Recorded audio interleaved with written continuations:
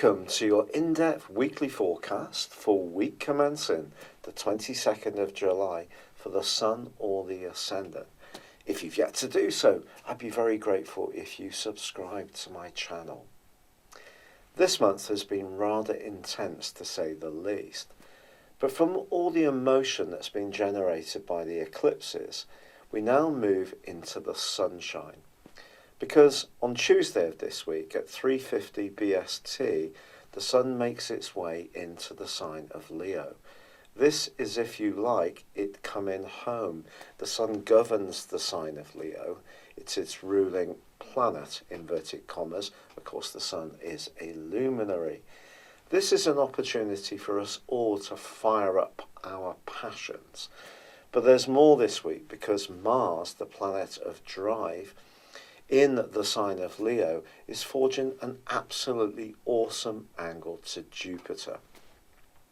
Jupiter may be continuing to retrograde through to the 10th of August, but it's still the planet of expansion, and in the fire sign of Sagittarius, it's linking in a fire triplicity to Mars in Leo.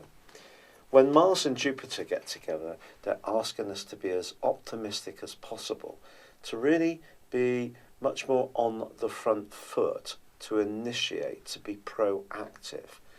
And with Venus moving into Leo also as the week draws to a close, we're seeing a real shift of energy. Of course, Mercury does continue its retrograde, and it is in the latter part of this week also going to go into a broad opposition with Pluto. So there could be somebody who is inclined to be rather dogmatic, to be rather opinionated, to want everything on their terms. And also, as the week draws to a close, the Sun does start to clash with Uranus, which is rather a lively influence to say the least. Uranus is about freedom, the Sun is about our very being.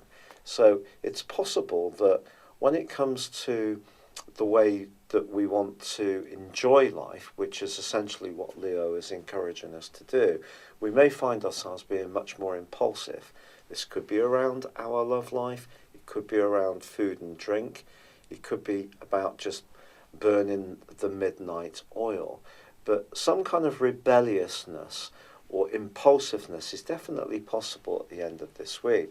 But to be honest, with so much fire coming into play, I think we're all just going to be jolly happy that there's going to be more energy, there's going to be a higher vibration, a sense that we can initiate the things that we feel passionate about. There's going to be more creativity, a bit more risk-taking and fun, and just being much more caught up in the moment rather than bogged down in politics, introversion, or perhaps battling the way that certain situations have been going backwards and forwards and perhaps being stagnant in some way. I think there's a sense that things are really starting to waken up and seem a lot more exciting and enterprising indeed. For your specific forecast for this week, Gemini, your communicational skills, which are often your best suit, have been tested recently by your ruling planet Mercury's retrograde, first in Leo and now in Cancer. It's possible that there have been conversations going backwards and forwards about your resources, and with the solar eclipse very focused on that, along with Venus and the North Node more recently, this week sees a transition which can be really pleasing for you. Because as much as you may have wanted to grapple with these things, on the other side of the heavens, Saturn and Pluto are really providing some quite stern tests for you as far as your joint finances, anything to do with business, investments, or even very close relationships. But this week on Tuesday, the Sun at 3:50 BST moves into the sign of Leo, and the Sun rules the sign of Leo, so it's a new beginning. It's a sense of a real ray of sunshine coming into how you think and how you express your ideas, your enthusiasm, your personality, even your sense of fun. Also this week, Gemini, Venus, the planet of love and affection, moves out of Cancer, where it has been broadly very helpful for you, and it moves into Leo too, joining up with Mars and now the Sun. This trio of influences is super radiating when it comes to giving you much more self-confidence. It's going to move you from the more material, physical and practical plane of all that Cancerian energy into the one which is to do with connecting with others, whether it's through social media, meeting with friends. You could find yourself thinking much more confidently and optimistically about how you connect to others. A great time to up your output and vibration when it comes to your interactions. Now, it is true to say that there is a quarter moon which occurs this week, and it's possible, therefore, that a little bit of gossip could be doing the rounds, pardon me. If you do have someone that you're aware of around you who does tend to be a bit of a flitter when it comes to their sincerity or honesty, then just be a little guarded. Also, towards the end of this week, the Sun is clashing with Uranus.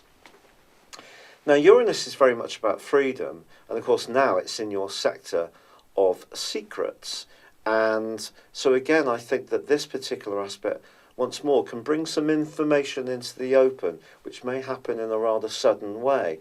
I would keep your guard up around people you don't entirely know well, or perhaps don't entirely trust and respect.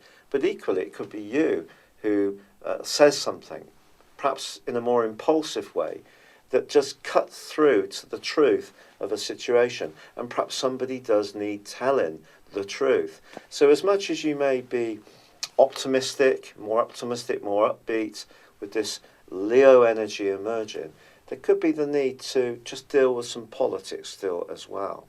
But the standout, brilliant influence of this week is Mars's combination with Jupiter. If you're set to connect with someone romantically, well, do you know, this is a relationship, if you meet them for the first time, which will probably always cheer you up somehow or another. There is a real sense of uplift with this particular influence. You may also want to do a sport that's a bit more combative or challenging or competitive and can really enjoy doing it. Then again, perhaps you're going to get together in some kind of partnership where you and the other person have a real clear sense of shared values. And this can be something where you constantly lift each other up and motivate each other on. So an absolutely superb influence, that one for sure. It's been a real pleasure being with you, Gemini. I'd be very grateful if you liked or commented on this video, or as I said, if you've yet to subscribe to my channel, please do. And if you'd like to know more about personal astrology, how it affects you, the individual, from your natal birth chart, please see the link beneath this video and visit my personal horoscope store.